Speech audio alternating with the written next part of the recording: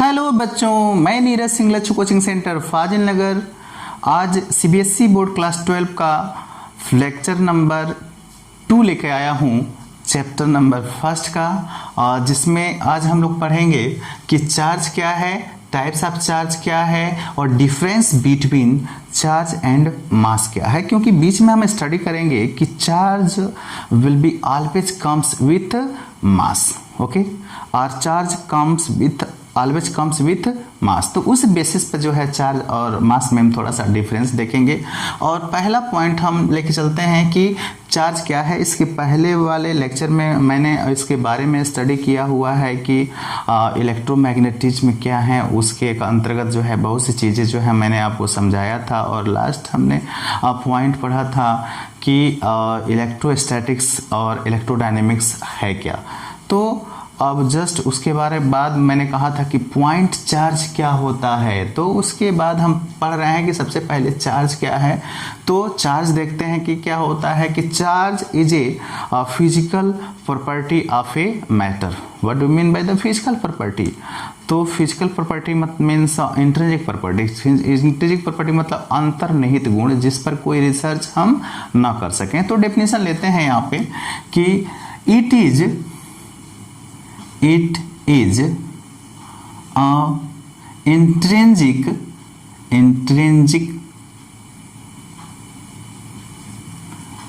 intrinsic property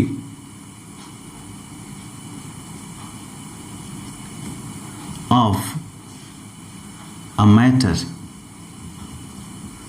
दूसरे वर्डों में हम कहें तो कह सकते हैं कि charge is a physical property of a matter. Charge क्या है? Charge is the physical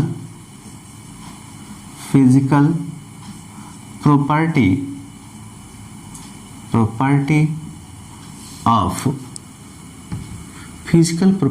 of a matter.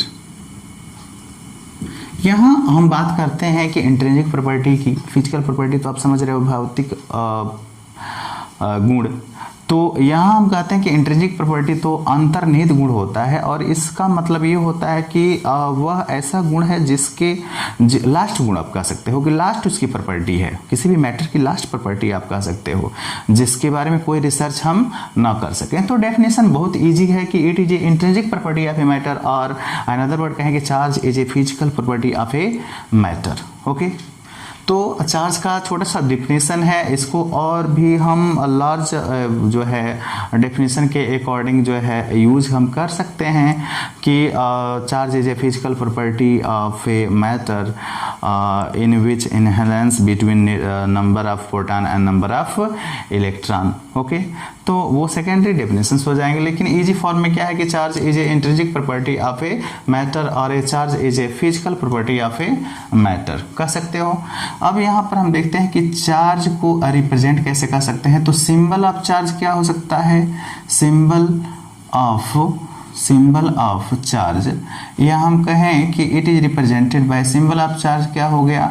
Q. और हम कह सकते हैं कि इट इज represented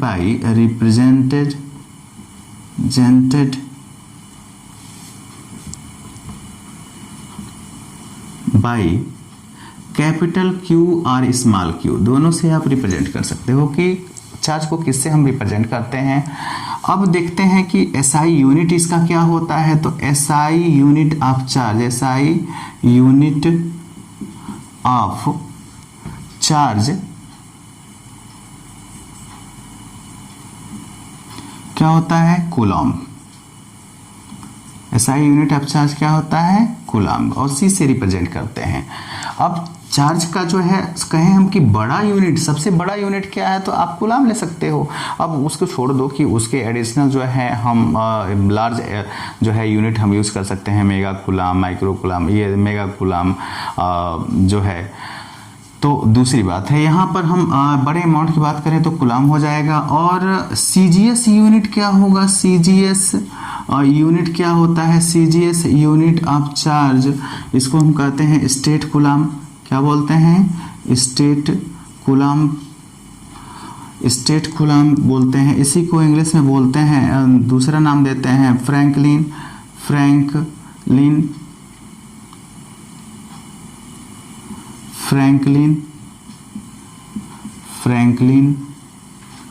इसका नाम दे देते हैं फ्रैंकलिन। ओके, अब यहाँ बात आती है कि स्टेट कूलाम और कूलाम में रिलेशन क्या हो सकता है।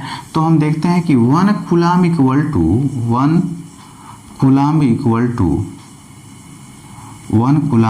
टू 3 इंटू 10⁹ स्टेट कूलाम होता है। यानी हम कहें कि कूलाम जो है बड़ा यूनिट है और स्टेट कूलाम जो है छोटा यूनिट है। या हम यूं कह सकते हैं कि 1 stat coulomb equal to 1/3 into 10⁹ coulomb. Okay, अगर डेसिमल चेंजेस हम करें तो इसको ले सकते हैं 3.33 इंटू 10⁻⁻10 कूलाम। ओके, तो ये रहा हमारा चार्ज। अब फिर जो है हम चार्ज की बात हम करें तो चार्ज कौन सी क्वांटिटी हो गई, तो charge is a scalar quantity. कौन सी क्वांटिटी है, स्केलर क्वांटिटी। तो पूछा जाए कि चार्ज कौन सी क्वांटिटी, तो आप बता सकते हो कि चार्ज ये स्केलर क्वांटिटी। दूसरा पॉइंट आता है कि जब भी किसी बॉडी से चार्ज दूसरे बॉडी पे जाता है तो वह जो है मास के साथ जो है ट्रांसफर होता है। तो हम कह सकते हैं कि charge always comes with mass. Charge always comes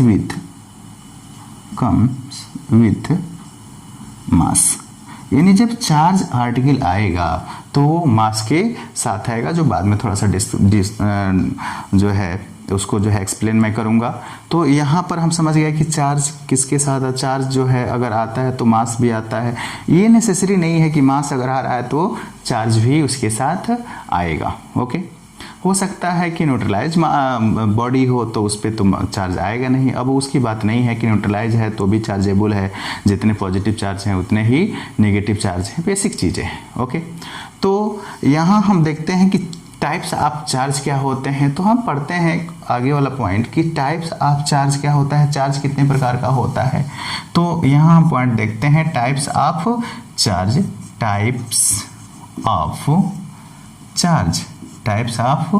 charge. तो हम देखते हैं कि there are 2 types of charge. Charge जो है 2 प्रकार के, या तो किसी बॉडी पर चार्ज कम हो सकते हैं या तो अधिक हो सकते हैं, ऐसा ही हो सकता है। तो यहाँ पर जो है बॉडी पर चार्ज होने का मतलब नंबर ऑफ प्रोटॉन और नंबर ऑफ इलेक्ट्रॉन से मतलब है कि अगर किसी बॉडी पर जो है इलेक्ट्रॉनों की संख्या बढ़ रही है तो वह नेगेटिव चार्ज होगा, और इलेक्ट्रॉनों की संख्या घट रही है तो वह पॉजिटिव चार्ज होगा। तो यहाँ हम एटम के न्यूक्लियस के एराउंडिकल मूव करने वाले पार्टिकल्स और एटम के न्यूक्लियस में जो अवेलेबल पार्टिकल्स हैं उसके बेसिस पर जो है चार्ज का हम डेफिनेशन देते हैं कि टाइप्स ऑफ चार्ज। तो there are 2 types of charge. 2 types of charge. कितने प्रकार के चार्ज होते हैं, 2 प्रकार के चार्ज होते हैं। पहला जो होता है आप पॉजिटिव चार्ज होता है, पहला पॉजिटिव चार्ज। शॉर्ट में इसको लिखने का तरीका है पॉजिटिव, ऐसे लिख देते हैं। दूसरा है हमारा निगेटिव चार्ज। इसको शॉर्ट में अगर हम लिखें तो निगेटिव ऐसे लिख सकते हैं, positive charge and negative charge आप लिख सकते हो ऐसे। निगेटिव चार्ज केवल छोटा सा सिंबल के रूप में हम, और पॉजिटिव चार्ज और निगेटिव चार्ज के बारे में ऐसे। अब पॉजिटिव चार्ज होता क्या है, तो देखते हैं छोटा सा पॉइंट कि पॉजिटिव चार्ज मैंने कहा कि number of electron number of proton के बेसिस पर मैं इसको डिफाइन करने वाला हूं। तो हम लेते हैं कि पॉजिटिव चार्ज होता क्या है। पॉजिटिव चार्ज आपने एटम पढ़ा हुआ है, एटम के न्यूक्लियस के बारे में मालूम है, न्यूक्लियस के राउंडिकल जो है उसके ऑर्बिट्स हैं उनके बारे में मालूम है। तो पॉजिटिव चार्ज की बात हम करते हैं कि व्हेन या इफ कह सकते हो, if number of electron is less than number of proton, या हम यूं कहें कि if number of proton is greater than number of electron, the charge is positive. क्या हो जाएगा? चार्ज क्या हो जाएगा? पॉजिटिव हो जाएगा. वैसे ही निगेटिव की बात करते हैं, निगेटिव चार्ज की बात करते हैं कि when or if number of electron is greater than number of proton, charge क्या हो जाएगा? Charge will be negative. तो चार्ज के बारे में पढ़ लिए. चार्ज कितने टाइप के हो गए? 2 टाइप के. तो पॉजिटिव चार्ज और नेगेटिव चार्ज. यहाँ हम इफ भी लगा सकते हैं, व्हेन लगा सकते हैं, when number of electron is less than number of proton, या when number of electron is greater than number of proton, then the charge will be the charge is negative और charge is positive. आप depend कर सकते हो other word में. तो यहाँ हम देखते हैं 2 नोटेशंस देखते हैं कि इसके अकॉर्डिंग हम क्या चाहते हैं.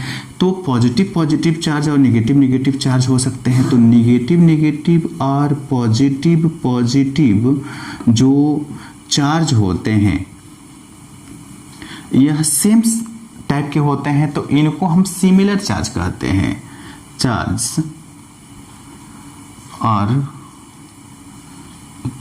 सिमिलर चार्ज ये जो होते हैं सिमिलर चार्ज हैं. उसी तरह से हम देखें सेकेंड पॉइंट नोटेशन का, तो पॉजिटिव और निगेटिव चार्ज की बात हम करें और निगेटिव और पॉजिटिव चार्ज की बात करें, तो ये जो चार्ज होते हैं डिसिमिलर चार्ज होते हैं. ओके. अब इसके बारे में हम पढ़ते हैं कि सिमिलर चार्ज और डिसिमिलर चार्ज की प्रॉपर्टी क्या हो सकती है. तो similar charge repel to each other. Similar जो चार्ज होते हैं, similar charge repel each other और रिपल्सिव इन नेचर कह सकते हो. सिमिलर चार्ज जो होते हैं रिपल्सिव इन नेचर होते हैं, और डिसिमिलर चार्ज जो होते हैं अट्रैक्टिव इन नेचर के होते हैं. Attract to each other, repel to each other और attract to each other. Okay. तो ये छोटा सा एक पॉइंट है, आप याद रखोगे कि सिमिलर चार्ज और डिसिमिलर चार्ज की बात होती है तो सिमिलर चार्ज जो होते हैं एक दूसरे को रिपेल करते हैं या रिपल्सिव फोर्स अप्लाई करते हैं एक दूसरे पर, जबकि डिसिमिलर चार्ज जो है अट्रैक्टिव फोर्स जो है अप्लाई करते हैं एक दूसरे पर. तो छोटा सा एक पॉइंट रहा हमारा कि चार्ज है क्या, और चार्ज से रिलेटेड जो है 2-3 पॉइंट्स हम पढ़े. उसी में हमने पढ़ा कि चार्ज ऑलवेज कम्स विथ मास, यानी जैसा चार्ज है वैसे ही मास है, या हम कहें कि मास के जैसा ही चार्ज है. ओके. तो मास पे भी हम रिसर्च नहीं कर सकते, चार्ज पे भी रिसर्च नहीं सकते. तो ये तो सिमिलरिटीज हो गई हमारी बात, तो यहाँ तक है. दूसरी चीज़ की अगर हम डिसिमिलरिटी की बात करें तो यहाँ पर हम कुछ प्रॉपर्टी जो है अपना सकते हैं कि जिसके अकॉर्डिंग जो है ये एक दूसरे से डिसिमिलर हैं. कैसे जो है सिमिलर नहीं है कि चार्ज जो होता है पॉजिटिव और निगेटिव होता है, जबकि मास ऑलवेज क्या हो जाता है? पॉजिटिव हो जाता है. दूसरी चीज कि मासेज के बिटवीन जो है ऑलवेज जो है फोर्स ऑफ अट्रैक्शन होता है, जबकि चार्ज के बिटवीन जो है अट्रैक्शन एंड रिपल्सन दोनों फोर्सेज हो जाते हैं. और नेक्स्ट पॉइंट हम यूज कर सकते हैं कि चार्ज जो है स्पीड पर डिपेंड नहीं करता है. जिस प्रकार मान लीजिए कि हम अपने जेब में अगर 10 रुपया लेकर दौड़ें तो हमारे दौड़ने से 10 रुपया पर कोई फर्क नहीं पड़ेगा. ऐसा नहीं कि हम दौड़ गए तो 20 रुपया हो जाएगा, बट जो है मास में डिफरेंस हो सकता है कि मान लीजिए कि हम 50 kg के थे, दौड़ रहे हैं 10 किलोमीटर 20 किलोमीटर दौड़े, तो कुछ मास जो है लूज होगा हमारा. तो जो मास जो है स्पीड पे डिपेंड करता है, जिसके अंतर्गत जो है मास जो है 2 तरह से हम ऑब्जर्व करते हैं. एक तो रेस्ट मास की बात करते हैं और दूसरा जो है डायनेमिक मास की बात हम करते हैं. तो ये सम स्पेशल डिफरेंस था मास एंड जो है चार्ज के बिटवीन. ओके. तो आप चाहो तो लिख सकते हो कि difference between mass and charge. Okay.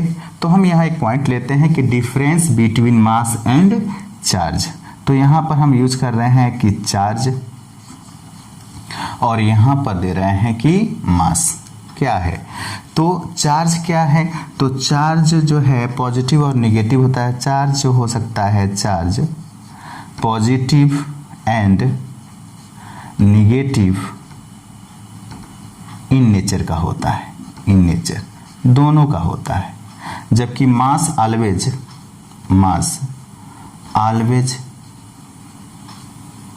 Positive in nature का होता है। क्लियर हो गए। तो फर्स्ट डिफरेंस आपको समझ में आ गया होगा कि चार्ज जो है पॉजिटिव और निगेटिव मिलता है, जबकि मास जो है हमेशा जो है पॉजिटिव होता है। ये आप कह सकते हो। दूसरा देख सकते हो कि चार्ज जो है, charge not depend or does not depend on speed, does not depend upon speed, but mass depend upon, but mass dependent upon speed. ये स्पीड पर डिपेंड करता है। जैसे m इक्वल टू, ये डायनेमिक मास है, m equal to m0 in root 1 minus यहाँ हो जाएगा v square by c square. यहाँ हम देखते हैं कि ये m0 है, where m0 is a rest mass और m is a dynamic mass. यहाँ हम ऑब्जर्व करें कि किसी ऑब्जेक्ट का जो है ये वेलोसिटी है, स्पीड है, और ये लाइट की स्पीड है। तो ऑलवेज जो है लाइट की स्पीड और ऑब्जेक्ट की स्पीड में जो है डिफरेंस जो है मिलेगा। ओके, तो यहाँ जो है आप अगर ऑब्जर्व